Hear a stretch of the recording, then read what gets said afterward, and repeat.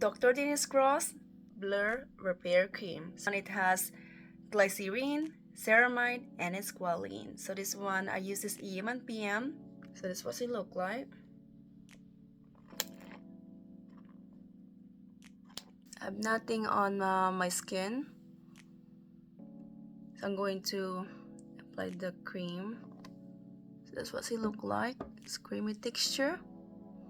So in the daytime when I use this, I use it with my vitamin C and my sunscreen. It doesn't have fragrance.